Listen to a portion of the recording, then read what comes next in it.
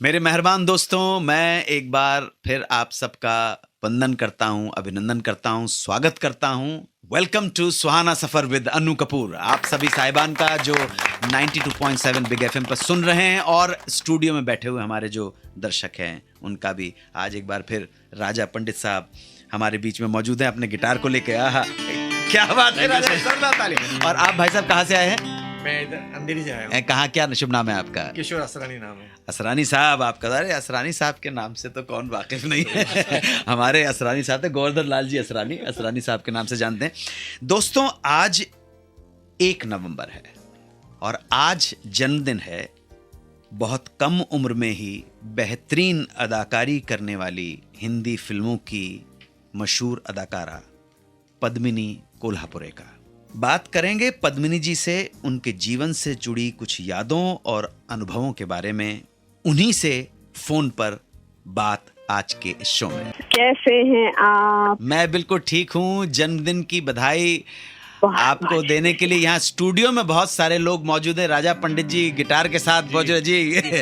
Happy birthday to you, happy birthday to you, happy birthday dear Padmini ji, happy birthday to you. Thank you so much. मतलब आपने तो मेरा birthday और भी ज्यादा स्पेशल बना दिया। इन सब लोगों की शुभकामनाओं के साथ दरअसल में आज 92.7 बिग एफएम पर आपका बर्थडे मनाएंगे। और आपको यकीन दिलाना चाहूंगा कि जब आप फोन पर अपने जीवन के बारे में अपने कुछ एक्सपीरियंस हमारे साथ शेयर करेंगी तो उन सुनने वालों की संख्या 35 लाख से भी ज्यादा होगी। वाह, क्या बात है, दिल खुश कर दिया आपने मेरा। So kind of you। सबसे पहले ये जानना चाहेंगे हम, जन्म स्थान मुंबई आहे? जी, मुंबई आहे। कुठे कुठे? हम लोग चिंचपोकली में रहते थे, मेरी पैदाइश हुई है वहाँ पर। फिर वहाँ से हम लोग जुहू शिफ्ट हुए जी। और तब से लेके आज तक मैं जुहू में ही रहती हूँ। पिताजी क्लासिकल सिंगर थे? मैं एक बार मिला हूँ उनसे। सिखाते हैं, खुद गाते भी हैं जी। और उनके काफी अच्छे अच्छे स्टूडेंट्स हैं। और किस घराने से ताल्लुक रखते हैं? उनका एक्चुअली उनके गुरुजी पंडित कुमार गंधर्व थे जी, जी, जी, जी। और इतने ऑब्सेस्ड थे मेरे पिताजी उनसे कि उन्हीं की गायकी वो फॉलो कर रहे हैं। अरे वाह वाह वाह वाह जी। मैं उनसे हमेशा पूछती कि आपका फेवरेट राग कौन सा है जी। कहते हैं सारे ही राग मेरे प्रिय हैं जी, लेकिन जिंदगी बीत जाती है सिर्फ एक राग को सॉलिड करते हुए। शुभ दिन आयो राज दुलारा, शुभ दिन। तो आज तो शुभ दिन है, इसीलिए तो गाया। मजा आया। आपने तो कमाल, मतलब और भी शुभ बना दिया। शुभ दिन है बिल्कुल। आप जैसी अगर महान अभिनेत्री जब पैदा होंगी, जब उन बर्थडे मनाएंगी तो शुभ दिन होता है। मैं आपको हिंदुस्तान की हमारी जितनी बड़ी बड़ी कलाकार हैं, अभिनेत्रियां, उनमें से एक मानता हूं। और बहुत ज्यादा अभिनेत्रियां इस हिंदुस्तान ने पैदा नहीं की हैं।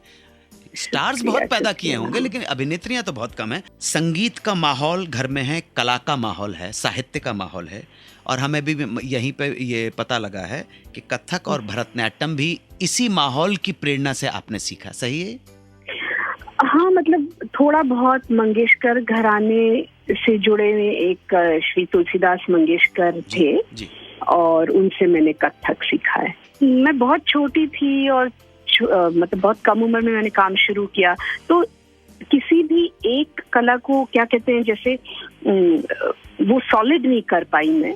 जैसे नृत्य हो, समझ लीजिए, कथक हो, भरतनाट्यम हो, या गाना, संगीत, उसको शुरू किया था। शुरुआत वहीं से हुई थी, संगीत से। मतलब फिल्मों में गाना भी शुरू किया मैंने, प्लेबैक काफी दिया। पर उसके बाद क्योंकि मेरा रुख ही बदल गया एक्टिंग की तरफ, तो गाने को मैं परस्यू नहीं कर पाई। तो इसका काफी मुझे दुख होता है। और आज भी कभी कभार गा लेती हूँ बैठ के पुराने गाने। तो मतलब उन गानों की तो बात ही अलग है।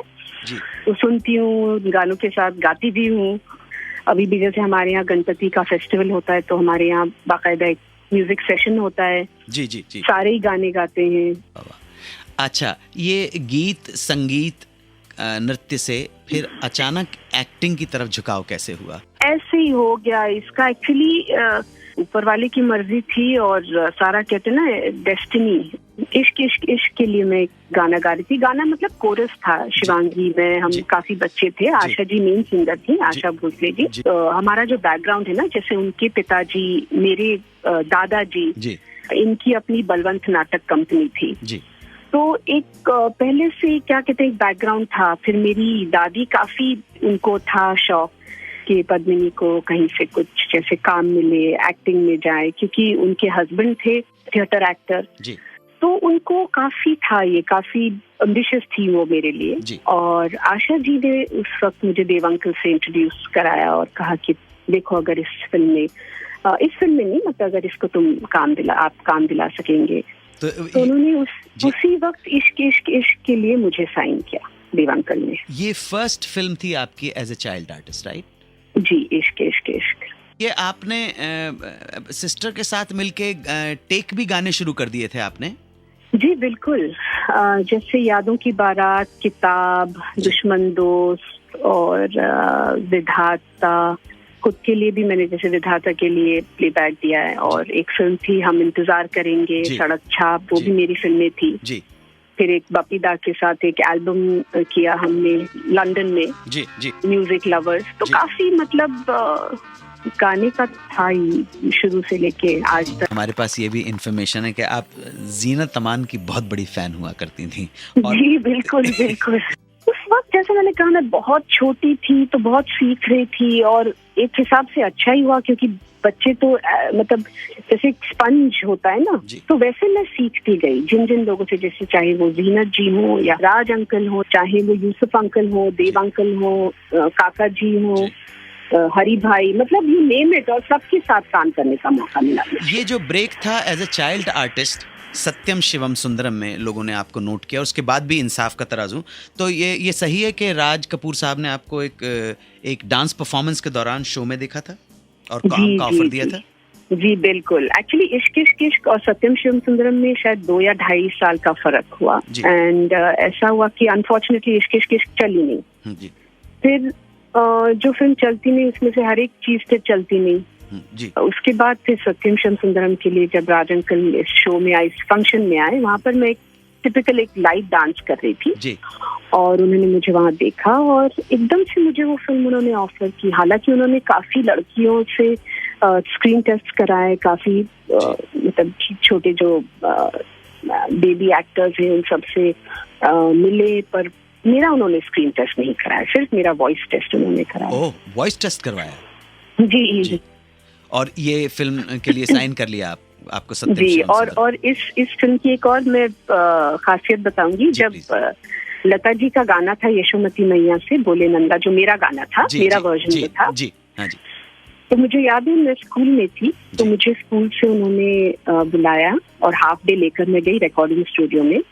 और उन्होंने कहा कि लता जी को, मतलब लता जी को दीदी क्या बोलती हूँ, उनको तुम ये जो है 2-4 लाइन्स गा के सुनाओ। और दीदी आत्या ने बिल्कुल मुझे कॉपी करके वो गाना गाया। पद्मिनी जी, क्या रिश्ता आपने बताया लता मंगेशकर जी के साथ? लता जी के पिताजी और मेरे पंडित दीनानाथ मंगेशकर जी, पंडित दीनानाथ मंगेशकर, और मेरे पिताजी के पिताजी पंडित कृष्णराव कोल्हापुरे। अच्छा। उनकी जो बीवी है, मतलब मेरे पिताजी की माता जी पंडित दीनानाथ मंगेशकर की सगी बहन है। सगी बहन। आपने छोटी सी ही उम्र में रोल किया इंसाफ का तराजू, कैसे खुद को तैयार किया इस तरह के रोल्स के लिए? इसके लिए दरअसल मैं अपने आप को वाकई में खुशकिस्मत समझती हूँ कि मुझे बी.आर. चोपड़ा साहब जैसे डायरेक्टर मिले। उन्होंने मुझे इतना कंफर्टेबल फील कराया। उन्होंने कहा कि यहाँ तक कि तुम्हारे माता पिता सेट पर रहेंगे, ये कोई इस किस्म का वल्गर सीन नहीं होगा, और वैसा ही हुआ। और तो ये स्क्रीन पर एक किस्म का एक बोल्डनेस लगी, या जो भी कह सकते हैं, क्योंकि ऑब्वियसली जब उसको स्क्रीन पर हम देखते हैं तो 100 टाइम्स मैग्नीफाई होकर आता है सामने प्रेक्षक के लिए। लेकिन सेट के ऊपर आपको कंफर्ट जोन में रखा उन्होंने बहुत ज्यादा। इंसाफ का तराजू के लिए बेस्ट सपोर्टिंग एक्ट्रेस का फिल्म फेयर अवार्ड और प्रेम रोग के लिए बेस्ट एक्ट्रेस का फिल्म फेयर अवार्ड भी मिला आपको। ये बहुत बड़ी अचीवमेंट थी, और साथ साथ इससे भी बड़ी एक अचीवमेंट मैं हमारे श्रोताओं को बता देना चाहता हूँ कि हमारी फिल्म इंडस्ट्री में बहुत कम ऐसे चाइल्ड आर्टिस्ट हुए हैं जिन्होंने चाइल्ड आर्टिस्ट के रूप में नाम कमाया हो और बड़े होकर इतनी बड़ी हीरोइन या हीरो बन गए हों, और जो बने हैं, जो 2 या 3 नाम हैं, उनमें से सबसे पहले नंबर पर नाम है उनका जिनका बर्थडे आज हम सेलिब्रेट कर रहे हैं। अच्छा, ये इंसाफ का तराजू और प्रेम रोग जैसे जो बोल्ड भूमिकाएं करने के बाद क्या सही है कि राम तेरी गंगा मैली भी आपको ऑफर की गई थी? जी, ये सही है, सही है। और आई एम रियली अनफॉर्चुनेट कि मैं वो फिल्म कर नहीं पाई, वो निकल गई मेरे हाथ से वो फिल्म, क्योंकि डेटों की बड़ी प्रॉब्लम थी जी। और राजेंद्र को भी बहुत दुख हुआ इस बात का। और ऋषि कपूर और नीतू सिंह की फिल्म का फर्स्ट डे फर्स्ट शो अपनी फ्रेंड्स के साथ देखने जाया करती थी, बात सही है ये? बिल्कुल बिल्कुल, बहुत बड़ी फैन थी मैं उनकी, आज भी हूँ। अच्छा। और उनके साथ मतलब मेरी बहन, एक मेरी फ्रेंड है शमा, हम तीनों तो जैसे first day first show line में बाकायदा खड़े रहते थे। टिकट अगर ना मिले तो ब्लैक में लेकर फिल्में देखते थे। अच्छा, पैसे ब्लैक के आने शुरू हो गए थे। तो ये नहीं, वो क्या है कि हम धीरे धीरे, जैसे मुझे बस के लिए पैसे मिलते थे जब मैं स्कूल जाती थी जी। और वो पैसे मैं बचाती थी और सारे पैसे बचा के फिल्म की टिकट खरीदती थी, क्योंकि मैं चल के स्कूल जाती थी उस वक्त पैसे बचाने के लिए। वाह। तो ये चिंटू साहब को प्रेम रोग के दौरान आपने थप्पड़ भी मारना था।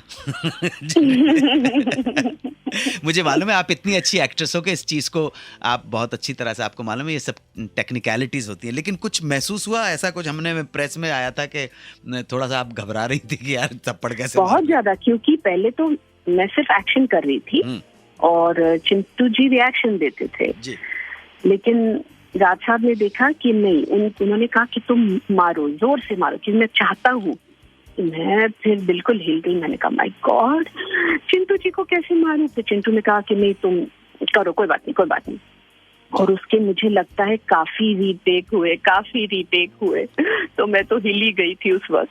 आप एक और सुपरस्टार की बहुत बड़ी फैन थी और हैं, मुझे मालूम पता नहीं, राजेश खन्ना जी की, मगर उनके साथ काम करने का कुछ एक्सपीरियंस ठीक नहीं रहा है, ये मार्केट में अफवाह है, अगर आप कहना चाहें तो कोई प्रॉब्लम नहीं है। तो नहीं, गलत अफवाह है, किसने कहा ये? बिल्कुल नहीं, ऑन द कॉन्ट्ररी। वेबसाइट और इंटरनेट के ऊपर ये बातें बहुत फैली हुई हैं क्या? हाँ, नहीं, गलत है ये। अच्छा, मैंने पढ़ा भी नहीं है, मैं ज्यादा जाती भी नहीं हूँ नेट पर, लेकिन ये गलत है। अगर ये अफवाह फैली तो बिल्कुल गलत है, क्योंकि सिर्फ एक बात की, वो मुझे क्या कहते थे ना, बच्चों को गुस्सा आता है। एक फिल्म थी जादू टोना जी। उसमें मुझे और 2-4 और लड़कियों को बुलाया था कि काका जी सिलेक्ट करेंगे लड़की। अच्छा। बेबी जो भी, पता नहीं जो भी रोल था वो। और मैं काफी खुश होकर गई। और मुझे एक होता है ना, जैसे आप जिसके फैन हो, आपको लगता है कि बस आपने उसको खरीद लिया है जी। तो मैं उस उम्मीद से गई थी और उन्होंने मुझे रिजेक्ट किया उस वक्त। एज ए चाइल्ड आर्टिस्ट आपको हाँ, वही मैं बोल रहा हूँ, क्योंकि जब आपने जब एडल्ट होके एज हीरोइन काम करना शुरू किया तो फिर then you never look back. No, I never look back, बिल्कुल। और मैं जब जादू टोना के ऑडिशन के लिए जब गई थी, ऑडिशन तो नहीं था, सिलेक्शन के लिए गई थी जी, तो मैंने देखा काका जी का क्रेज, ओ माय गॉड। और वो मतलब लिटरली गाड़ियां चूमती थी लड़कियां, ये मैंने देखा है अपनी आंखों से एज अ किड जी। And I was one of them, and my first film with him was Sautan. ऐसा क्रेज कहाँ मिलेगा? फिर आपकी जिंदगी में फिल्म आ गई ऐसा प्यार कहाँ। ऐसा प्यार कहाँ, ऐसा प्यार में और ऐसा ट्विस्ट कहाँ, ऐसा ट्विस्ट का ये कहाँ मुलाकात हुई जो प्रोड्यूसर साहब थे? इसी फिल्म के दौरान ऐसा प्यार कहाँ मैंने की, और उस दौरान सब कुछ हो गया, A to Z जी। तो चट मंगनी पट गया। और माताजी पिताजी को, आई बाबा को थोड़ा सा अफसोस था, नहीं चाहते थे? ऑब्वियसली हमारे यहाँ पेरेंट्स अपनी मर्जी से जिससे भी करवा दें, लेकिन लड़की अपनी मर्जी से करे तो मुश्किल हो जाती है। वही था चक्कर, बिल्कुल यही था। उनको लगा कि उनको कोई मराठी लड़का या अपने ही चॉइस का मिले।